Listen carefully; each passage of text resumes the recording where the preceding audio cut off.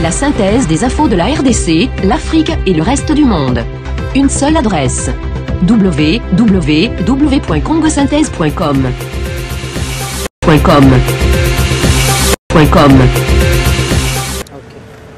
Ok, merci beaucoup. Je voudrais d'abord saluer sincèrement en tout cas et féliciter les habitants de Béni pour l'accueil combien chaleureux, malgré le retard qui nous a amené à fouler les sols de Béni.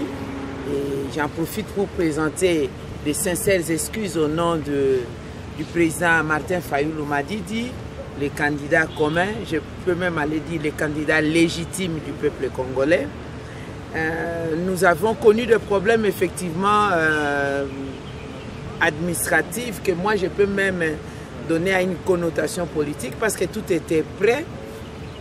On devait être là depuis la semaine passée, mais on n'avait pas obtenu les autorisations dans un délai prévu. Et quand bien on a obtenu les autorisations de survol du Congo et de l'atterrissage des avions que nous avons pris en leasing, il y a seulement un petit avion de 8 places qui a été autorisé. Les autres avions de 30 places et au-delà, nous attendons encore les autorisations qui vont tomber à compte-gouttes. Donc hier matin, on est arrivé à temps à l'aéroport de Njili. On s'est vu attendre dire qu'on n'avait pas l'autorisation encore de mettre de carburant, et puis après c'était des pilotes qui n'avaient pas de visa, ensuite le plan de vol qui n'était pas encore validé. Ça nous a pris 4 heures inutiles, et puis vous savez que nous avons des décalages d'heures. Quand on décollait à 12h30 à Kinshasa, c'était déjà 13h30 et nous avons compris que c'était des manœuvres dilatoires pour faire en sorte que les gens se fatiguent ici à Béni et que chacun rentre. Mais comme si cela ne suffisait pas, en dépit de tout ça, on a trouvé tout Béni à l'aéroport de Mavivi. Et on a fait la marche avec Béni. Nous sommes arrivés au rond-point Nyamwisi. Donc moi-même et toute l'équipe, nous n'avons pas pu descendre de la voiture. Positionnement en parlant des élections où ailleurs, on a déjà résolu ces problèmes parce qu'il y a un cadre juridique. On n'organise pas les élections selon la volonté d'un individu ou groupe d'individus, selon le point de vue ou les desiderata d'un individu. On organise les élections suivant un cadre juridique bien précis, la Constitution et d'autres lois et règlements de la République, notamment la loi électorale, la loi qui constitue la CENI, qui est l'institution à qui l'article 211 a donné les compétences d'organiser les élections, mais pas d'imposer, de trouver un consensus autour des partis. Vous avez vu qu'il y a des procédés des élections qu'on nous a donnés. Ces procédés-là, la machine à voter, c'est parce que je vais y aller tout droit au but. La machine à voter, c'est une guillotine. La machine à voter, la machine en soi n'a pas de problème. Mais l'utilisation, c'est qu'on veut faire de cette machine à voter. Au Parlement, nous avons dit qu'on ne pouvait pas utiliser les procédés électroniques pendant les élections en cours. Parce que nous n'étions pas encore prêts comme Congolais. Nous n'étions pas prêts. Il y a moins d'1% des Congolais qui ont accès à l'électricité.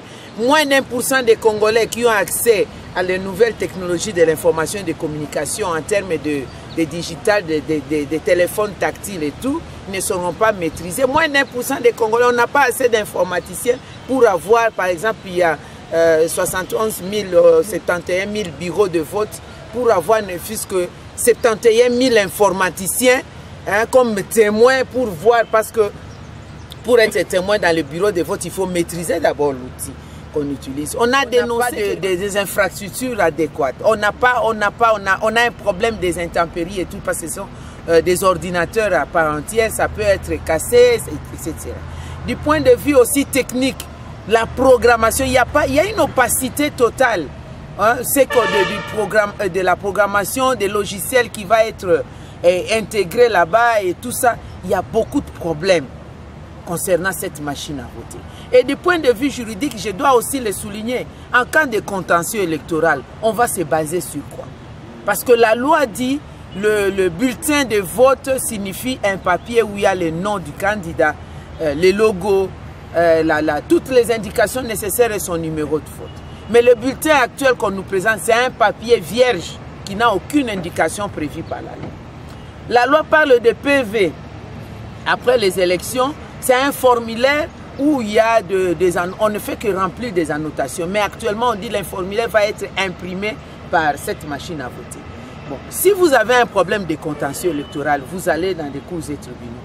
Vous avez un avocat, un défenseur judiciaire pour le compte de la CENI. Mais vous perdez le procès parce que tous les documents que vous allez présenter ne sont pas des documents valables qui peuvent être constitués comme des preuves. Au-delà de tout ça, nous voulons que lorsqu'on ira aux élections, n'est-ce pas, que ces élections traduisent correctement, ne fût-ce qu'à vraiment une marge de manœuvre minime d'erreur, traduisent les suffrages tels qu'exprimés, là la population va se retrouver. Ça, ce sont des garde-fous qu'on met en amont des élections, de sorte qu'en aval, il y ait l'acceptation des résultats. Parce que, entre autres conflits en Afrique, ce sont des élections mal organisées. Nous ne voulons pas que les élections qui doivent constituer la possibilité de jeter les jalons pour la gestion de la chose publique constituent encore nous amène encore des germes et des conflits parce qu'on en a marre, on en a assez. C'est pourquoi même nous mettons l'accent sur Mirou System, l'entreprise qui produit les machines à voter. Cette entreprise vend les machines à voter, une machine à 400 $ à ce moment. Mais M. Nanga s'est organisé avec les siens, avec toute sa bande, de nous la présenter avec un budget de 1 500 $. Le gap de 1 100 $ par machine.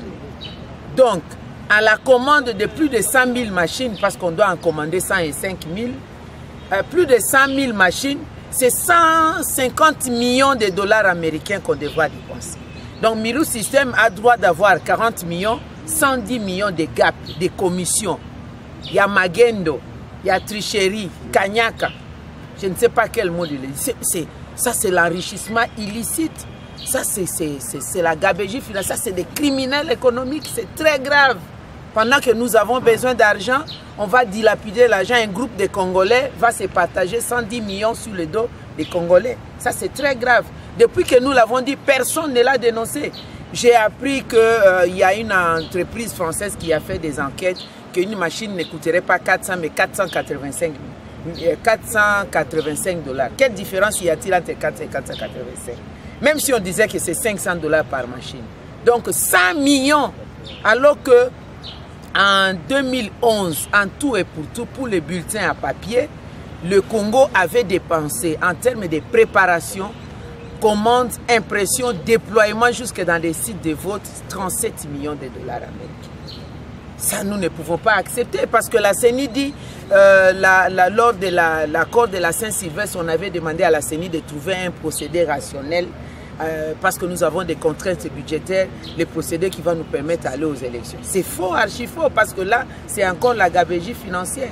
Et elle-même, la CENI, lorsqu'elle a sorti la décision des élections, des calendriers électoraux, le point 38, 39, 40, ces points disent quoi? Nous sommes d'ailleurs dans la période, c'est la préparation des bulletins à papier, la commande, l'impression, les déploiements des bulletins à papier. Nulle part il n'est marqué la question de la machine à voter. Et parmi les 17 contraintes reprises par la CENI, que si telle chose n'est pas organisée, on aura des problèmes à avoir des élections. Nulle part la machine à voter n'a été placée. Bref, nous, au niveau de la Mouka, Tunaïcha la Mouka, nous sommes debout, nous disons ceci. Nous ne boycotterons jamais les élections. Nous ne laisserons pas la place à ceux qui pensent qu'ils vont mettre des obstacles, des embûches et tout ça pour que nous puissions dire comme il en est ainsi, j'abandonne. Un peu du genre jeu d'enfant qu'on faisait, on vous donne la nourriture, vous crachez sur la nourriture pour que les autres quittent. Nous disons non, nous allons manger, nous allons aller aux élections, mais nous voulons des bonnes élections. Nous continuerons à faire pression, nous continuerons à dénoncer parce qu'il n'est jamais trop tard pour bien faire, pour qu'on puisse retirer la machine à voter. C'est dans quelques jours, le 23 décembre, nous serons là présents et je sais que Beni, tout Beni sera là. Et quand je parle de Beni, il n'y a pas que Beniville, il y a Beni Territoire. Quand je parle de Beni Territoire, il n'y a pas que ça, il y a toute la province de Nord Kivu et c'est le même message que nous allons devoir adresser partout. Nous ne boycottons pas les élections, mais nous continuons à dénoncer que la machine à voter est porteuse de germes et de conflits parce qu'elle ne va pas traduire l'expression du suffrage telle que vous et nous, aurions voulu qu'il en soit. Vous êtes prêts pour les élections et entre-temps, vous rejetez la machine à voter, tandis que Nanga avait bien dit que sa machine à voter pas des élections le 23 décembre. Oui, ça c'est Nanga qui l'a dit, ça ce n'est pas la Mouka qui l'a dit. Oui, madame. Vous parlez de la Mouka, cette grande coalition. En quoi il est ou elle est différente du FCC sur le plan approche dans le traitement des problèmes que la RDC a? Oui, la Mouka est différente sur le plan de l'approche parce que le FCC, nous l'avons vu à l'œuvre. Le FCC peut changer de nom. Le FCC a commencé par AFDL, le FCC a poursuivi par une partie M23, une partie, je ne sais pas. Le FCC a... Votons tous Martin Fayoulou, candidat numéro 4, soldat du peuple. Martin Fayoulou, notre président. L'espoir du peuple. Biso, Tolanda seye, to vote seye. Martin Fayoulou, président.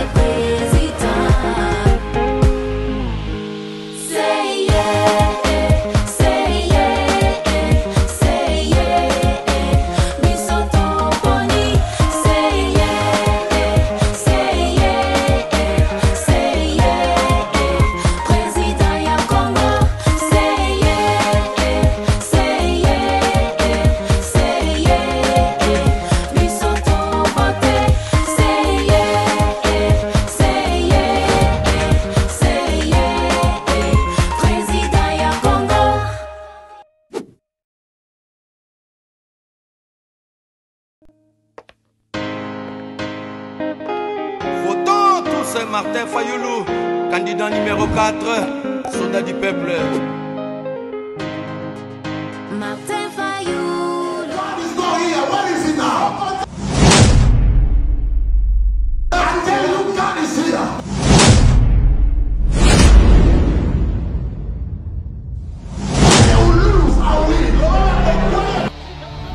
Pour terminer les 40 jours de jeûne, l'église Foi de Fillante organise une journée du sel prophétique, remplie de la puissance surnaturelle de Dieu, avec l'homme de Dieu, le révérend André Flamme Nunes.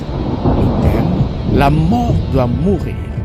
Lieu, KLM 117 Bruce Grove. Date, samedi 15 décembre 2018. Heure, de 18h à 22h. Bartimée l'aveugle a reçu son miracle à la fin de la mission de Jésus à Jéricho. Vous recevrez votre miracle avant la fin de cette année. Si votre foi dit oui, Dieu ne dira jamais non. Shalom. Congo Synthèse. La synthèse des infos de la RDC, l'Afrique et le reste du monde. Une seule adresse. www.congosynthèse.com.